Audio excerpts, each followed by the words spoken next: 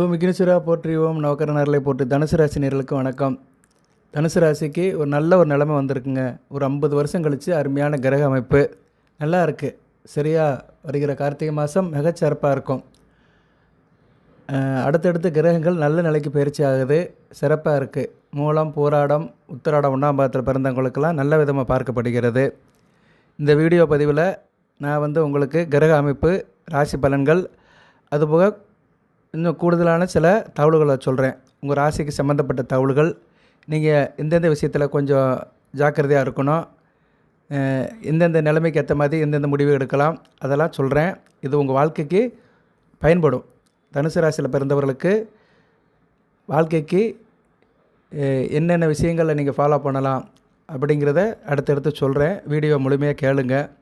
நிறைய வீடியோ போட்டிருக்கிறேன். போதி ஜோடத்தில் நிறைய வீடியோ போடுறேன். அப்பப்போ சாதக பாதங்களை சொல்கிறேன். பூஜை புனஸ்காரம், பரிகாரம், இப்படி நிறைய தகவல்களை சொல்கிறேன்.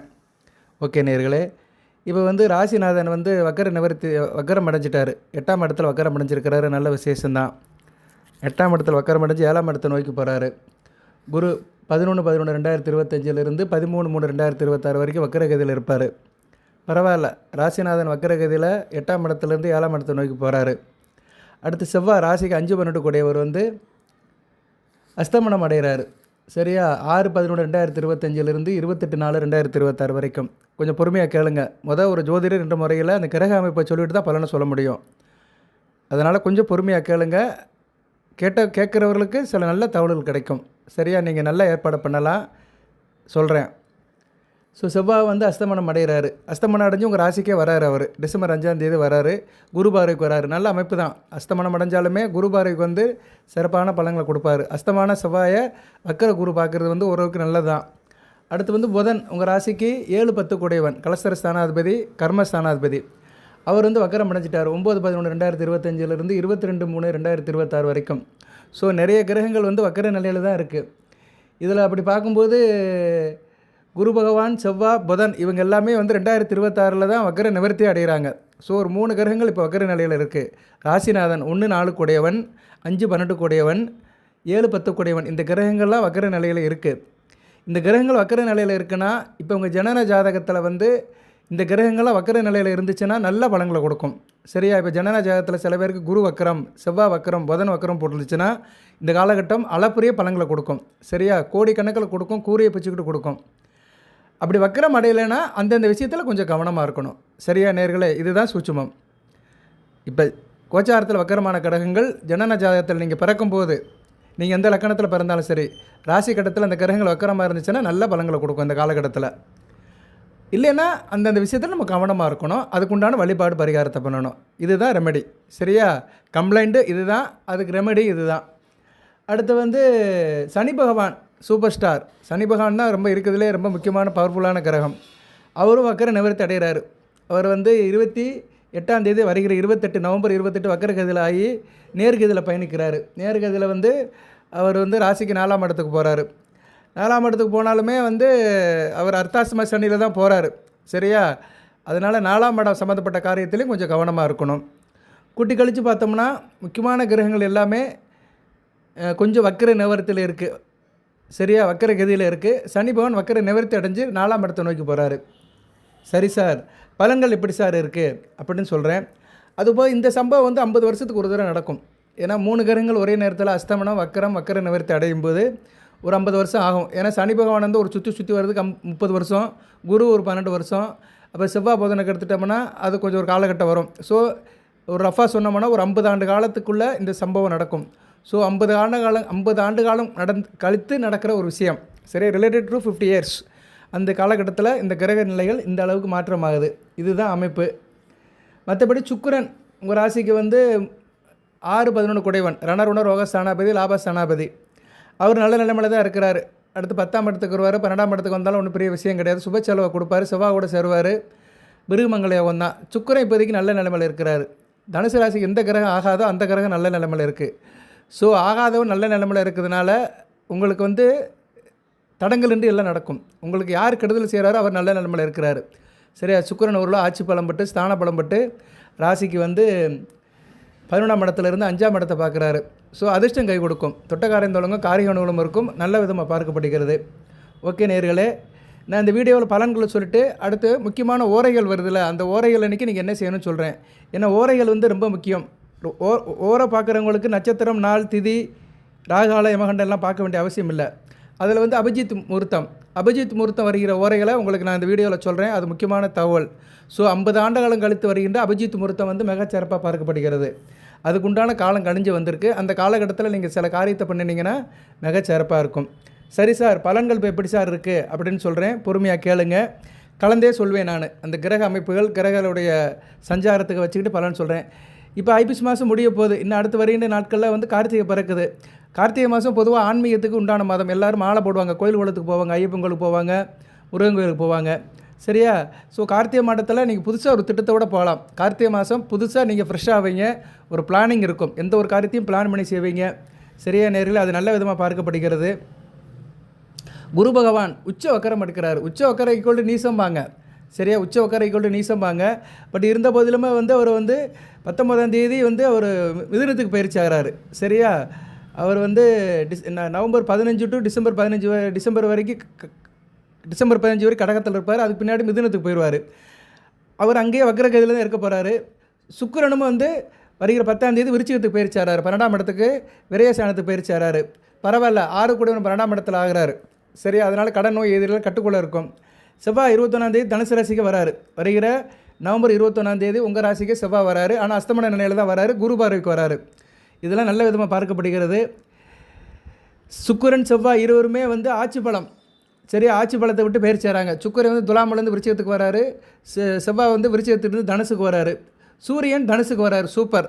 ராஜிக்கு வந்து ராஜயோகாதிபதி 9 கூடியன் பாக்கியாதிபதி இந்த ஸ்தானத்துக்கு வராரு. 11ஆம் இடத்துக்கு வராரு. நல்ல விதமாக பார்க்கப்படுகிறது. அவர் இப்போ கார்த்திகை மாதம் வந்து 12ஆம் இடம், அடுத்து வந்து ராசிக்கு வந்துடுவார். நல்ல விதமாக பார்க்கப்படுகிறது. புதன் வக்கரமாகி விருச்சிகத்திலிருந்து துலாமுக்கு போயிட்டு மறுபடியும் ரிட்டன் ஆகி வருவார்.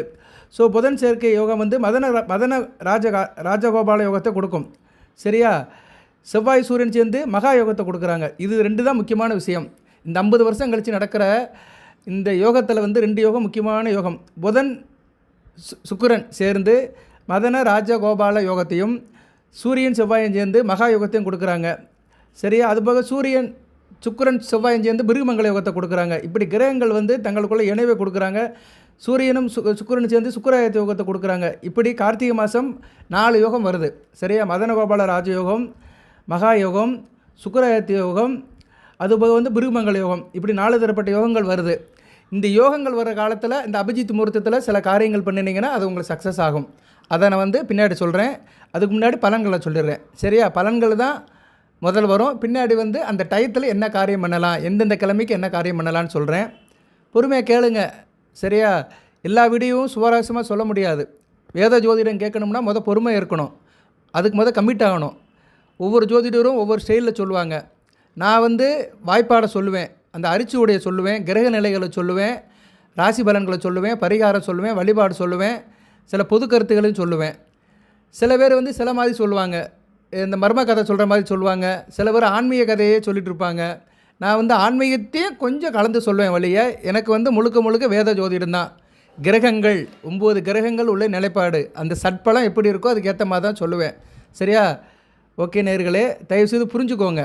சரியா? ஒவ்வொருத்தர் வீடியோவும் ஒவ்வொரு விதமான வே ஆஃப் லென்த்தில் இருக்கும். அதை நீங்கள் புரிஞ்சுக்கிட்டு தான் கேட்கணும். சும்மா இவர் என்னடா பலன் சொல்கிறதுக்கு முன்னாடி நிறைய இது போட்டுட்ருக்கிறாரு, பீடிகை போடுறாருன்னு நினைக்காதீங்க. இதுதான் முக்கியம். அஸ்திவாரம் தான் முக்கியம். அஸ்திவாரம் நல்லா இருந்தால் தான் பில்டிங்கை நல்லபடியாக எடுத்து கட்ட முடியும். இப்போ தனுசு ராசிக்கு வருகின்ற காலத்தில் எப்படி சார் இருக்கும் அப்படின்னா, குரு வந்து ரெட்டிப்பு பலன்களை கொடுக்குறாரு. குரு பகவான் தனகாரகன், புத்திரகாரகன். பணம் சம்மந்தப்பட்ட காரியங்கள் நல்ல விதமாக பார்க்கப்படுகிறது. பிள்ளைகள் விஷயத்தில் நல்லாயிருக்கும். பிள்ளைகள் வந்து கண்ணின் மணிகளாக இருப்பாங்க. பிள்ளைகள் விஷயத்தில் நீங்கள் எடுக்கிற காரியங்கள் நல்லாயிருக்கும். அது உங்கள் பிள்ளைகளோட படிப்பாக இருக்கலாம், திருமணமாக இருக்கலாம், வேலை வாய்ப்பாக இருக்கலாம், எது வேணாலும் இருக்கலாம். ஸோ பிள்ளைகள் விஷயத்தில் வந்து நீங்கள் எடுக்கிற காரியங்கள் வந்து உங்களுக்கு மிகச்சிறப்பை தரும். குரு வந்து ஒரு நல்ல பலன்களை கொடுக்குறாரு. சரியா நேர்களே? திருமண வாய்ப்பெல்லாம் கை கொடுக்கும். கணவன் உறவு இனிக்கும், தித்திக்கும், சுவைக்கும். இவனால் பிரச்சனையில் இருந்தவங்க, பிரிவினையில் இருந்தவங்க, கான்ட்ரவர்ஷனில் இருந்தவங்களாம் ஒன்று சேர்ந்துக்கிடுவீங்க.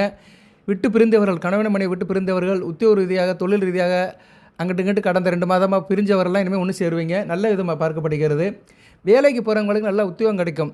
சரியா? உத்தியோகத்துக்கு போகிறவங்களுக்கு நல்ல வருமானம் இருக்கும். வேலையில் நல்ல ஒரு ஏற்றம் இருக்கும். பதவி உயர்வு, இன்க்ரிமெண்ட்டு, அரியர்ஸ் பண்ண வரதெல்லாம் நல்ல விதமாக இருக்கும். குறிப்பாக கணக்கு சம்மந்தப்பட்ட வேலை, கம்ப்யூட்டர் சம்மந்தப்பட்ட வேலை, கன்சல்டன்சி சம்மந்தப்பட்ட வேலை, டேபிள் ஒர்க்கு, எழுத்து ஒர்க்கு, அக்கௌண்டண்ட்டு, சிஏ, ஆடிட்டர், அப்புறம் ஐடி டிபார்ட்மெண்ட்டு, வருமானத்துறை, இப்படி எங்கெல்லாம் வந்து அக்கௌண்ட்ஸி இது சம்மந்தப்பட்ட வேலையில் இருக்கிறவங்க மிகச்சிறப்பாக பார்க்கப்படுகிறது. அது தனியார் உத்தியோகமாக இருந்தாலும் சரி, அரசு உத்தியோகமாக இருந்தாலும் நல்லாயிருக்கும். அரசு உத்தியோகத்துக்கு உண்டான சுக்கிரன் வந்து அடுத்து வந்து 12ஆம் இடத்துக்கு வராரு, வந்து குரு பார்வைக்கு வராரு. நல்ல அமைப்பு தான். சிவராஜ யோகம் அது நல்ல விதமாக தான் பார்க்கப்படுகிறது. மார்கழி மாதம் முழுக்க உங்கள் ராசியில் இருப்பார் குரு பார்வையில். சூப்பராக இருக்கும். இந்த வருடம் மார்கழி மாதம் வந்து மிக அற்புதமாக இருக்கும். ஏன்னா மார்கழி மாதமே வந்து இறை வழிபாடுக்கு உகந்த மாதம். அந்த மார்கழி மாதம் சூரியன் ஆத்மகாரன் ராசியில் குரு பார்வைக்கு வருது மிகச்சிறப்பு தான். ஸோ கார்த்திகை மார்கழி 2 மாதமுமே உங்களுக்கு வந்து ஒரு 75% நல்ல விதமாக தான் இருக்கும். சரியா நேர்களே? அதுபோக குரு பகவான் உங்களுக்கு வந்து இளைய சகோதர விஷயத்தில் நல்லாயிருக்கும். தம்பி தங்கச்சி விஷயத்தில் நல்லாயிருக்கும். அதிர்ஷ்டம் இருக்கும். உங்கள் தம்பி தங்கச்சி உங்களுக்கு உதவி பண்ணுவாங்க. உங்களுக்கு பின்னாடி பிறந்தவர்கள் உடன்பிறப்புகள் உங்களுக்கு நல்லா உதவி பண்ணுவாங்க. நல்ல விதமாக இருக்கும். அக்கம் பக்கத்து வீட்டுக்காரங்க நல்லா அனுசரித்து போவாங்க.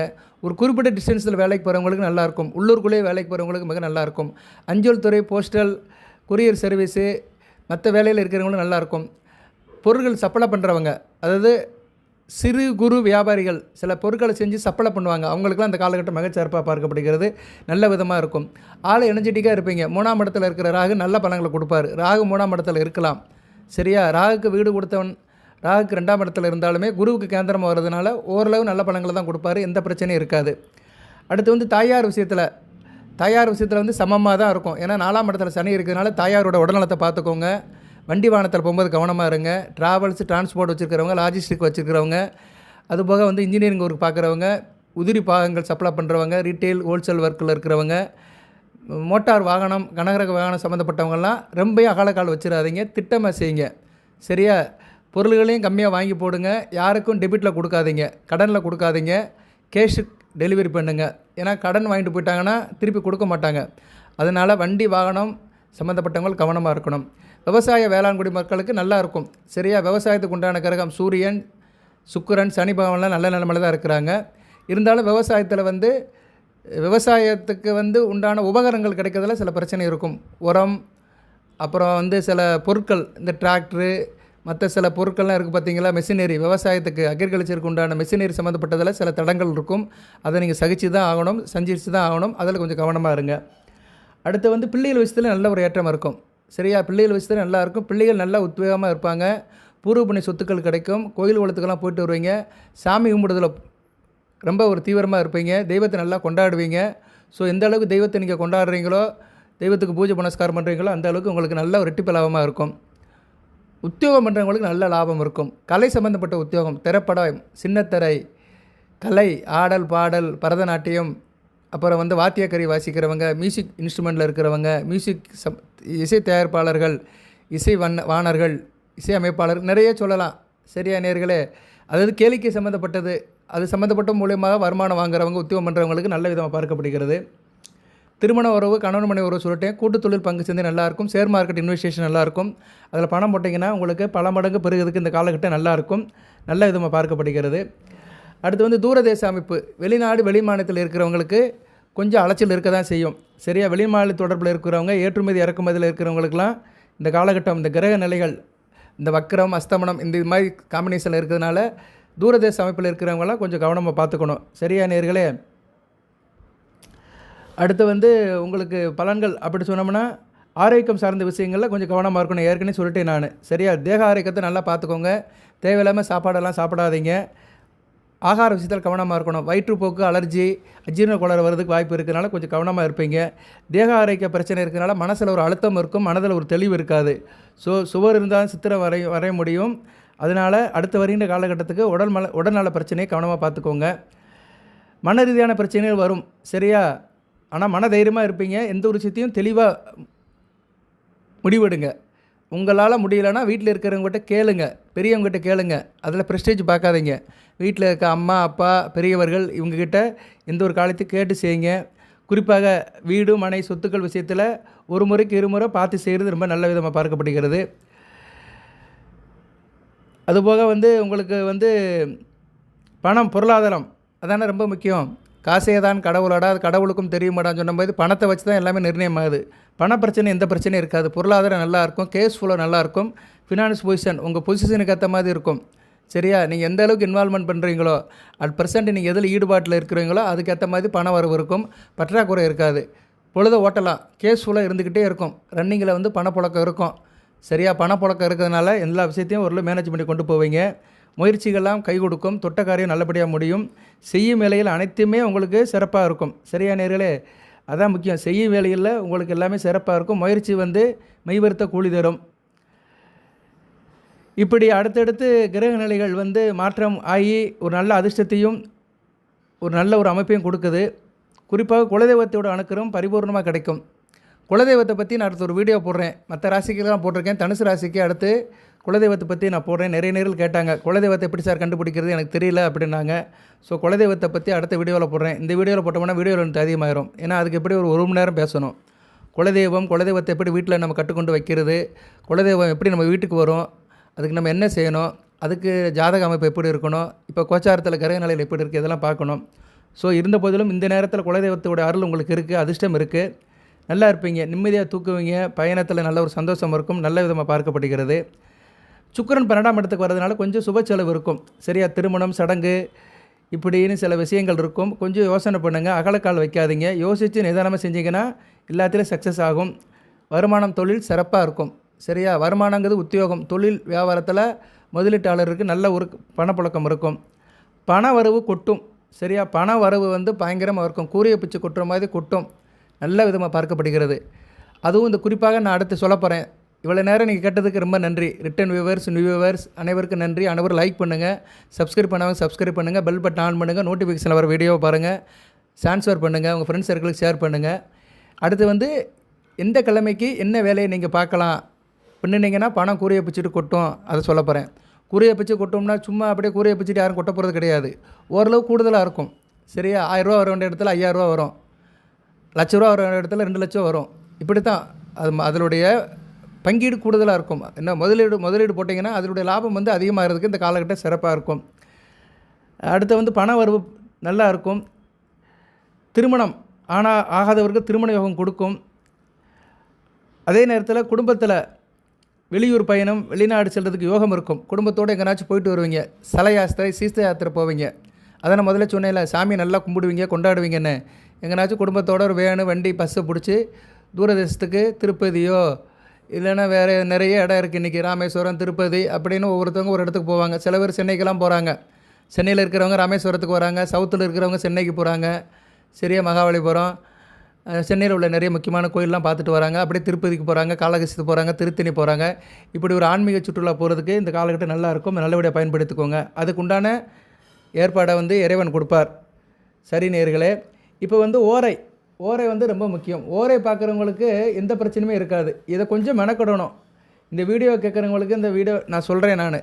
நீங்கள் ஜோதிடம் கேட்குறீங்க, ராசி பலன் பார்க்குறீங்கன்னா ஆன்மீகத்தில் ஒரு நாட்டம் இருக்கிறவங்க தான் ஜோதிடம் பார்ப்பாங்க, ராசி பலன் கேட்பாங்க. நாஸ்திகவாதிலாம் பார்க்க மாட்டாங்க. கடவுளே இல்லைன்னு சொல்கிறவங்களுக்கு ஜோதிடத்து மேலாம் நம்பிக்கை இருக்காது. என்கிட்ட மாற்று மதத்துக்காரங்களும் பார்க்குறாங்க. அதான் எனக்கு பெரிய அதிசயமாக இருக்குது. மாற்று மதத்தை சேர்ந்தவர்கள், இந்து மதத்தை தவிர்த்து மற்ற மதத்தில் இருக்கவங்களும் என்கிட்ட ஜாதகம் நிறையா பார்க்குறாங்க, ஆயிரக்கணக்கில் பார்த்துருக்குறாங்க. அதில் நிறைய பேர் கோயிலுக்கெல்லாம் போகிறாங்க, முடியெல்லாம் காணிக்க கொடுத்துருக்குறாங்க. அவங்களுக்கு நம்பிக்கை, ஏன்னா அவங்களுக்கு அந்த காரியங்கள் நடக்குது. என்னால் ப்ரூஃப் பண்ண முடியும், ஆனால் புது வழியில் சொல்ல முடியாது. நிறைய பேர்கள் அந்நிய மதத்தை சேர்ந்தவர்கள், கிறிஸ்துவ மதம், முஸ்லீம் மதத்தை சேர்ந்தவர்கள்லாம் வழிபாடு பண்ணுறாங்க. ஒருத்தர் வந்து மொட்டையே எடுத்துருக்கிறாரு. சரியா? அதெல்லாம் எனக்கு சந்தோஷமாக இருக்குது. என்கிட்ட ஜாதகம் பார்த்துட்டு அவர் நல்லபடியாக நடந்திருக்கு சார், நான் போய் நீங்கள் சொன்ன மாதிரி செஞ்சுட்டு வந்துட்டேனாரு. எனக்கு ரொம்ப சந்தோஷமாக இருந்தது. அதாவது என்னென்னா, இதுங்க வந்து மதங்கிறது வந்து முக்கியம் இல்லைங்க, நம்பிக்கை தாங்க முக்கியம். அதாவது மார்க்கம் வந்து வெவ்வேறாக இருக்குது.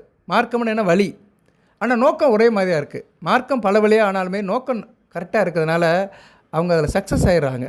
சரியா நேர்களே? நான் கூட சின்ன பிள்ளையில் வேளாங்கண்ணியில் போய் முடி எடுத்திருக்கிறேன். ஒரு 25 வயசு இருக்கும்போது அப்போயும் நான் ஜோதிடம் எனக்கு தெரியும். எனக்கு பிறப்பிலிருந்தே ஓரளவு அந்த அறிவு இருக்குது. அந்த சுற்று வட்டாரத்துலேயே நான் வளர்ந்தேன். நான் அந்த 25 வயசுலேயே ஒரு நட்பின் காரணமாக அந்த டூர் போகும்போது வேளாங்கண்ணியில் போய் மாதாவுக்கு முடி கொடுத்தேன் நான். சரியா? எதுக்கு சொல்ல வரேன்னா,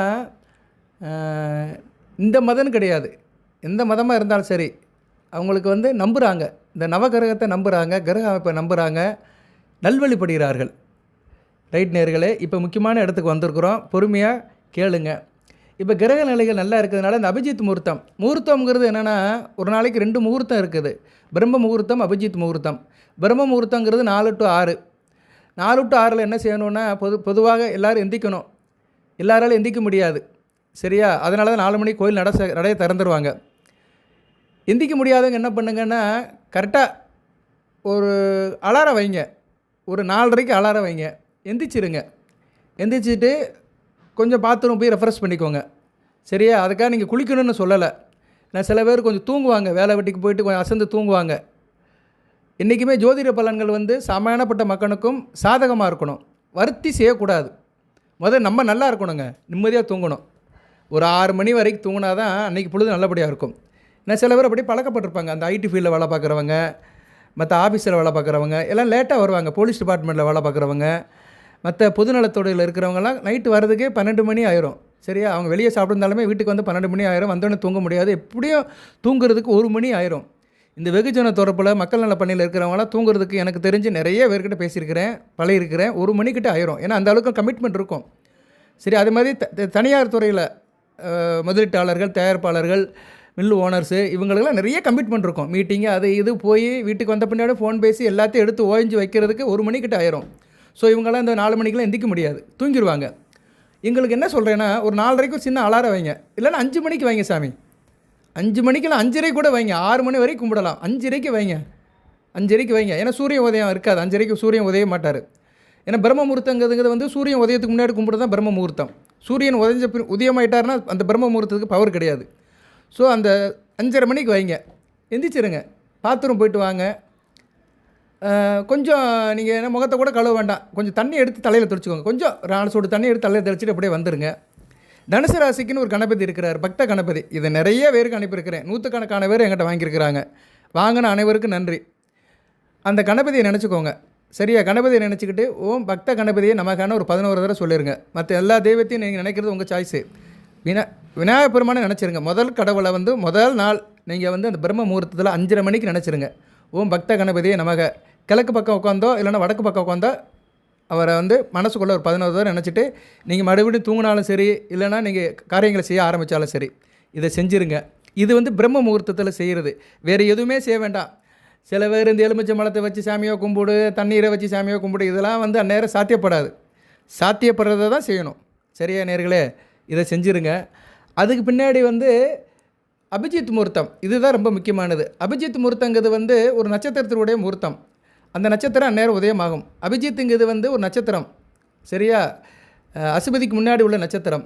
அந்த நட்சத்திரம் எதில் சார் வருது அப்படி பார்த்தோம்னா, உத்திராடத்துக்கும் திருவோணத்துக்கும் நடுவில் வர ஒரு நட்சத்திரம் தான் அபிஜித் முகூர்த்தம். மகர ராசியில் உத்திராடத்துக்கும் இதுக்கும் வர நட்சத்திரம் தான். அந்த நட்சத்திரம் முகூர்த்தம் அப்படிங்கிறது வந்து 11 to 12, நண்பகல் 11 to 12 தான் அந்த முகூர்த்த வேலை வருது. இப்போ இந்த காலகட்டத்தில் 50 வருஷம் கழித்து இந்த கிரக நிலைகள்லாம் ஒரு லெவலில் இருக்கும்போது இந்த அபிஜித் முகூர்த்தத்தோடைய சக்தி அதிகமாக இருக்குது. இந்த காலகட்டத்தில் ஒவ்வொரு கிழமைக்கும் நீங்கள் ஒவ்வொரு காரியத்தை பண்ணிங்கன்னா சக்ஸஸ் ஆகும். நீங்கள் சில காரியம் பண்ணணும் சார் அப்படின்னு நினச்சிங்கன்னா நான் சொல்கிற கிழமைக்கு நீங்கள் செய்யலாம். எவ்வளோ நாளைக்கு சார் அந்த சக்தி இருக்குது அப்படின்னு கேட்டிங்கன்னா அதுக்கும் சொல்லணும்ல. அதுக்கு எவ்வளோ நாளைக்கு சார் இருக்குது அப்படின்னு பார்த்தோம்னா 13/3/2026 வர்ற மார்ச் 13ஆம் தேதி வரைக்கும் நீங்கள் அபிஜித் முகூர்த்தம் வருகிற காலத்தில் நான் சொல்கிற காரியங்களை செய்யலாம். ஞாயிற்றுக்கிழமை, வாரத்தின் முதல் நாள் ஞாயிற்றுக்கிழமை 11 to 12 குரு ஓரை, உங்கள் ராசிநாதனோட ஓரை. குரு ஓரையில் அனைத்து காரியங்களும் பண்ணலாம், நல்ல காரியங்களும் அனைத்தையும் பண்ணலாம்.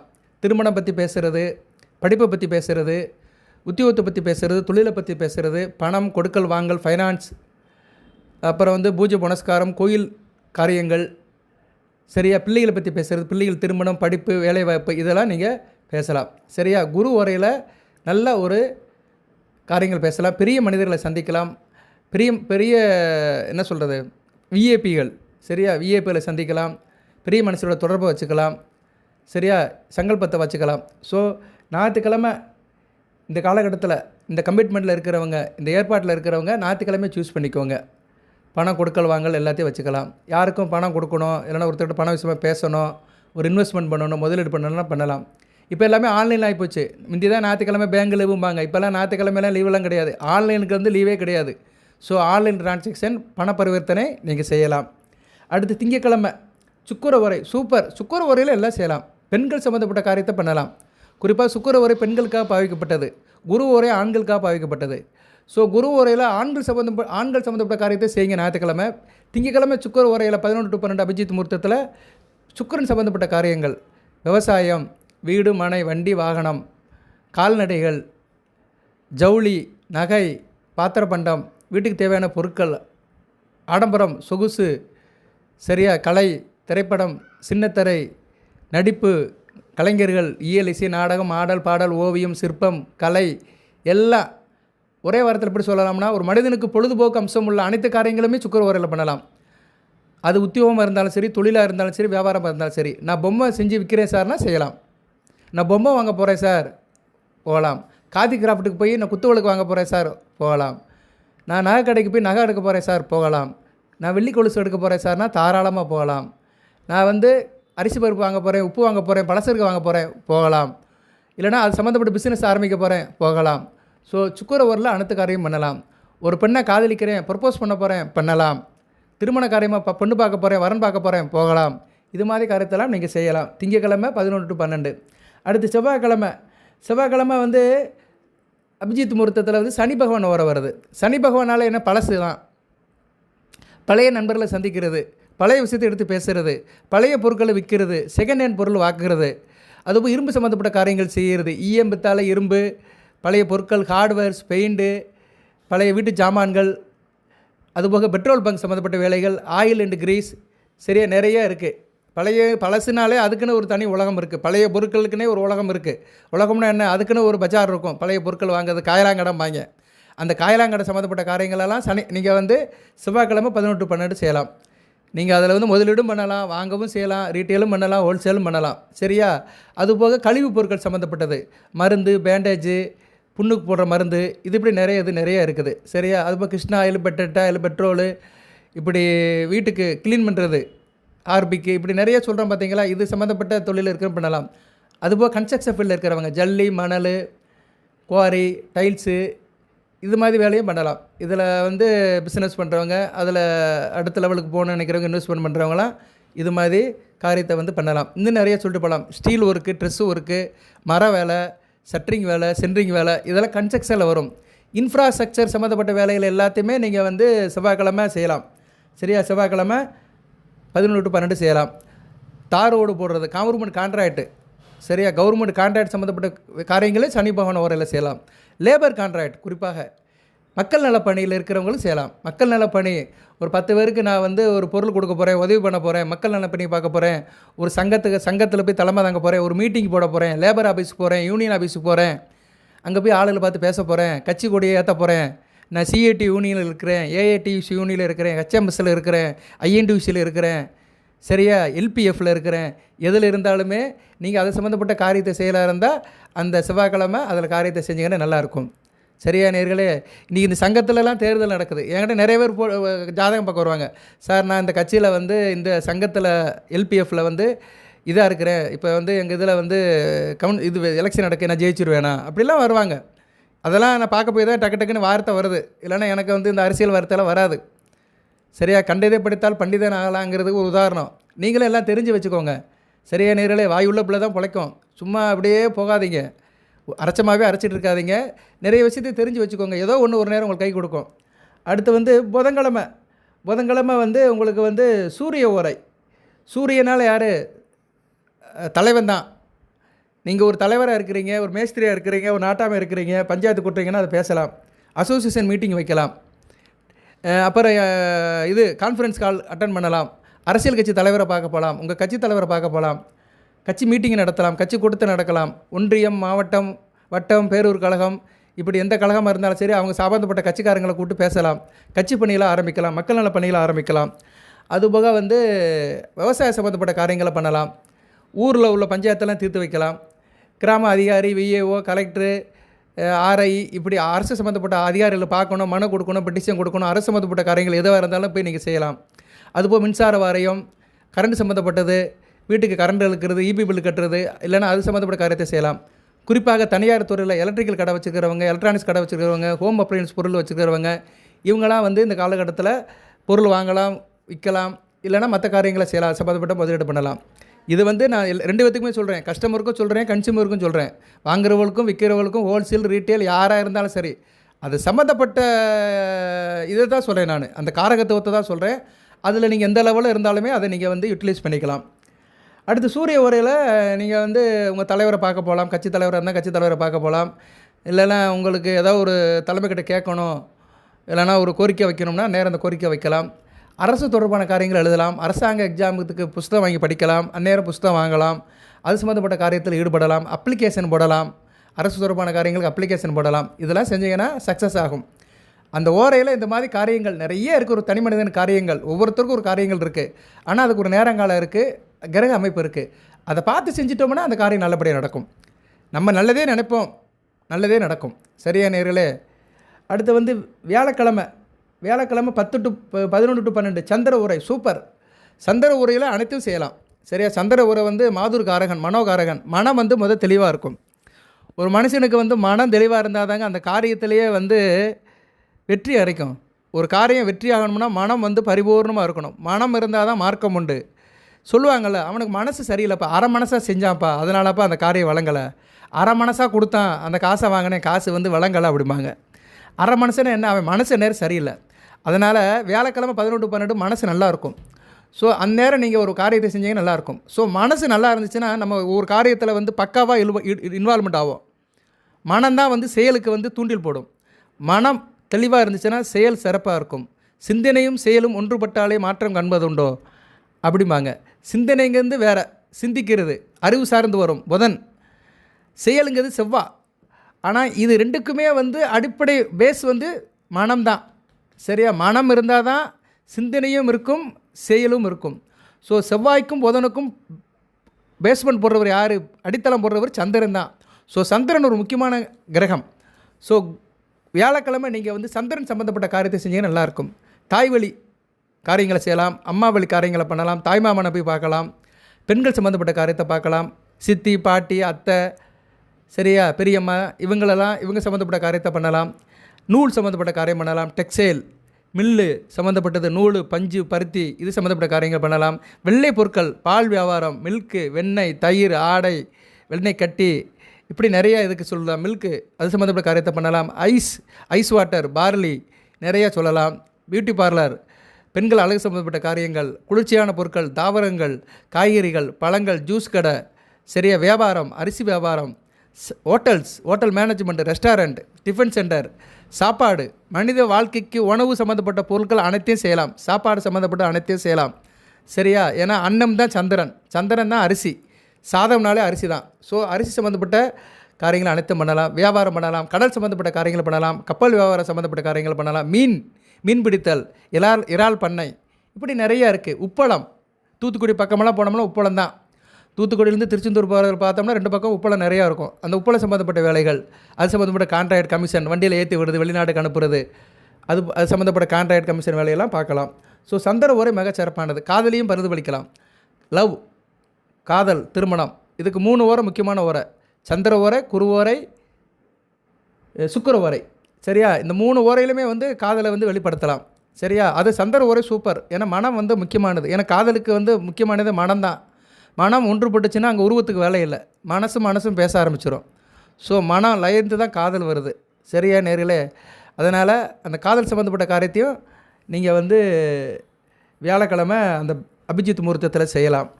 அடுத்து வந்து இன்னும் நிறைய சொல்லிட்டு போகலாம், இழுக்கிற மாதிரி இருக்கும். நம்ம அடுத்தடுத்து வருகின்ற வீடியோவில் சொல்லுவோம்.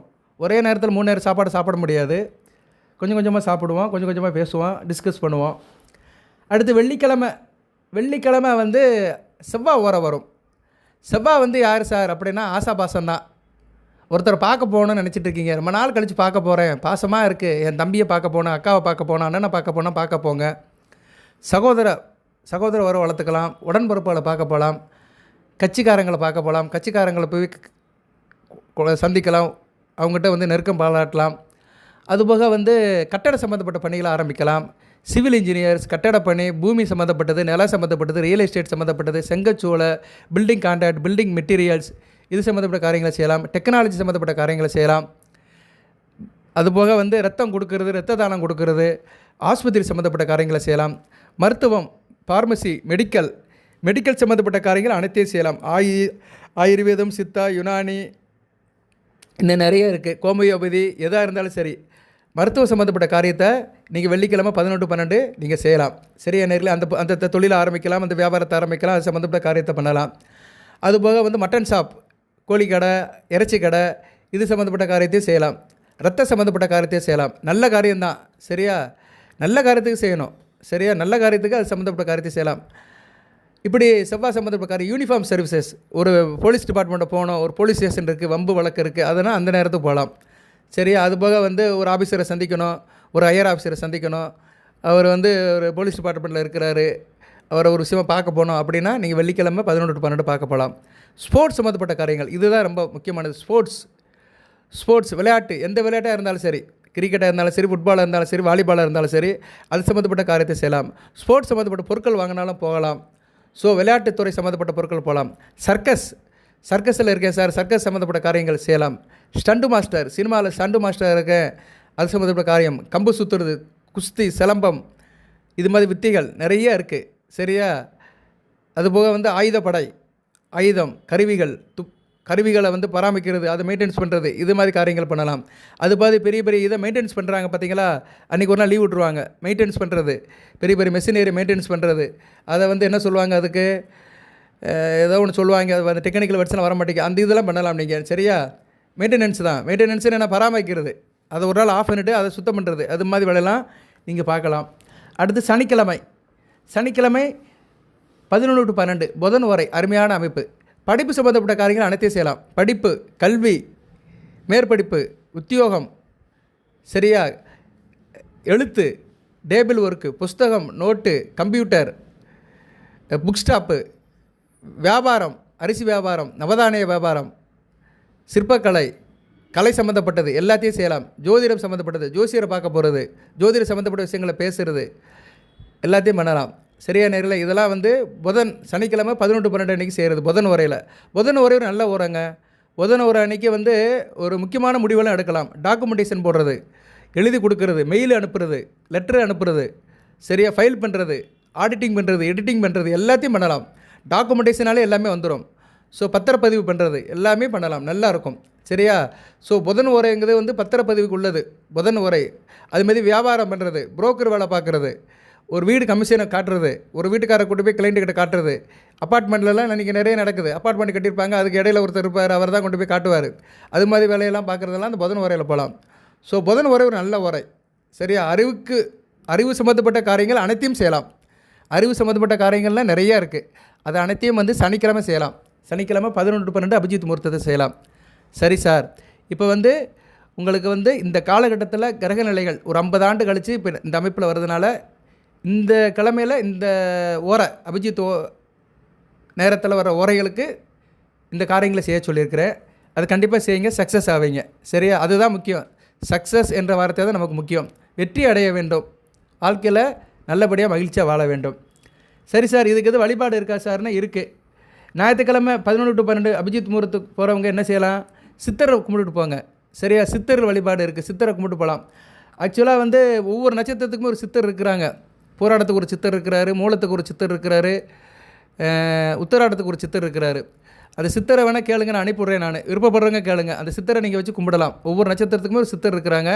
அந்த சித்தர் நான் எல்லாம் மொத்தம் எழுதி வச்சுருக்கிறேன். சரியா, சில நட்சத்திரத்துக்கு தெரியுது, சில நட்சத்திரத்துக்கு மறந்துடும். ஏன்னா 18 சித்தர் இருக்கிறாங்க, அதுவும் மற்ற சாமிகளும் இருக்கிறாங்க. ஸோ இந்த வீடியோ கேட்குறவங்க, இவ்வளோ நேரம் வீடியோ கேட்டவங்களுக்கு ரொம்ப நன்றி, சிறந்தாலும் தான் நன்றி. ஏன்னா இப்போ யாரும் கேட்குறது கிடையாது, சும்மா 2 நிமிஷம் கேட்டுட்டு போயிடுவாங்க. எதுக்கு சொல்ல வரேன்னா உண்மையாக தான் சொல்லுவேன் நான். உங்களுக்கு அந்த உங்கள் நட்சத்திரத்துக்கு உண்டான சித்தர் வேணும்னா கேளுங்க, அந்த ஃபோட்டோ அனுப்பிவிட்றேன். இல்லைனா கூகுளில் சர்ச் பண்ணிங்கன்னா வந்துடும், அதை நீங்கள் டவுன்லோட் பண்ணி வச்சுக்கலாம். நட்சத்திரத்துக்கு உண்டான சித்தர்களை டெய்லி நினைக்கணும். ஏன்னா சித்தர்களை தான் வந்து மனித உருவத்தில் அலைகிறாங்க. நீங்கள் போராட நட்சத்திரத்தை பிறந்தீங்கன்னா அதுக்குண்டான சித்தரை நினச்சிங்கன்னா அந்த சித்தர் கண்டிப்பாக உங்களை திரும்பி பார்ப்பார், எங்கேயோ ஒரு இடத்துல சந்திப்பார். ஆனால் அவர் தான் இவருன்னு உங்களால் கண்டுபிடிக்க முடியாது. அவர் உங்களை பார்த்து சிரிச்சுட்டே போயிடுவார். இவனும் நமக்கு வேண்டியவன் தான் அப்படி சிரிச்சுட்டே போயிடுவார். உங்களுக்கு வந்து ஜெயம் உண்டாகும்.